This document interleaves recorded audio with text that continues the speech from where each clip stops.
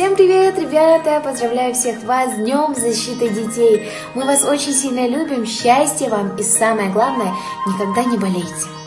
Сегодня я хочу прочитать вам сказку, замечательную сказку о сестрице Аленушке и братце Иванушке. Жили-были старик да старуха. У них была дочка Аленушка да сынок Иванушка. Старик со старухой умерли. Остались Аленушка да Иванушка одни. Пошла Аленушка на работу и братца с собой взяла. Идут они по дальнему пути, по широкому полю, и захотелось Иванушке пить. Аленушка, Аленушка, я пить хочу. Подожди, братец, дойдем до колодца. Шли, солнце высоко, колодец далеко, жар донимает, пот выступает, стоит коровье копытце, полно водицы. Сестрица Аленушка, хлебну я из копытца. Не пей, братец, теленочком станешь. Послушался и пошли дальше. Солнце высоко, колодец далеко, жар донимает, пот выступает, стоит лошадиное копытце, полно водицы. Аленушка, сестрица, напьюсь я из копытца. Не пей, братик, жеребеночком станешь. Вздохнул Иванушка, опять пошли дальше. Солнце высоко, колодец далеко, жар донимает, пот выступает, стоит козье копытце, полно водицы. Иванушка говорит: сестрица Аленушка, мочи нет, напьюсь я из копытца. Не пей, братец, из копытца, козленочком станешь.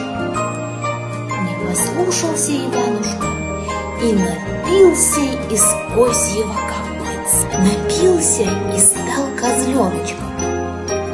Зовет Аленушка братца, а вместо Иванушки бежит за ней беленький козленочек. Залилась Аленушка слезами, села под стажок, плачет, а козленочек возле нее скачет.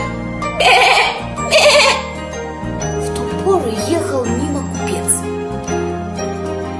«О чем, красная девица, плачешь?» Рассказала ему Аленушка про свою беду. Купец ей говорит: «Пойди за меня замуж, я тебя наряжу в злато-серебро, и козленочек будет жить с нами». Аленушка подумала и пошла с купца замуж. Стали они жить, поживать, и козленочек с ними живет. Но козленочку все было ведомо. Повесил он голову, не пьет, не ест. Утром и вечером ходит по берегу, около воды стоит и зовет: Аленушка, сестрица моя, выплынь на берег. Узнала об этом ведьма и стала просить мужа: зарежь да зарежь козленка. Купцу жалко козленочка, привык он к нему. А ведьма так пристает, так упрашивает, что купец согласился. Ну, зарежь его. Велела ведьма разложить костры высокие, греть котлы чугунные, точить ножи булатные. Козленочек проведал, что ему недолго жить, и говорит незваному отцу: перед смертью пусти меня на речку, водицы испить, кишочками прополоскнуть. Ну, сходи. Побежал козленочек на речку, стал на берег и жалобно закричал: Аленушка, сестрица моя, выплынь на берег. Костры горят высокие, котлы кипят чугунные. Аленушка из реки ему отвечает: ах, братец мой Иванушка, тяжел камень, на дно тянет. А ведьма ищет козленочка, не может найти, и посылает слугу: пойди, найди козленочка, приведи его ко мне.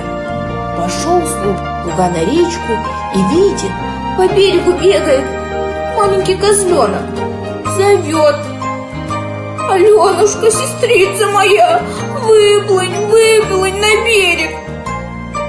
А из реки ему отвечает: ах, братец мой Иванушка, камень тяжелый, на дно тянет. Слуга побежал домой и рассказал купцу про то, что слышал на речке. Собрали народ, пошли на реку, закинули сети и вытащили Аленушку на берег. Сняли камень, одели ее, нарядили в платье. Аленушка ожила и стала краше, чем была. А козленочек от радости 3 раза перекинулся через голову и обернулся мальчиком Иванушкой.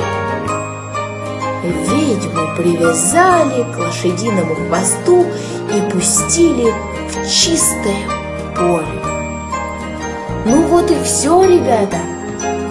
Спасибо, кто посмотрел. Спасибо за внимание, кто слушал. Молодец. Всем пока!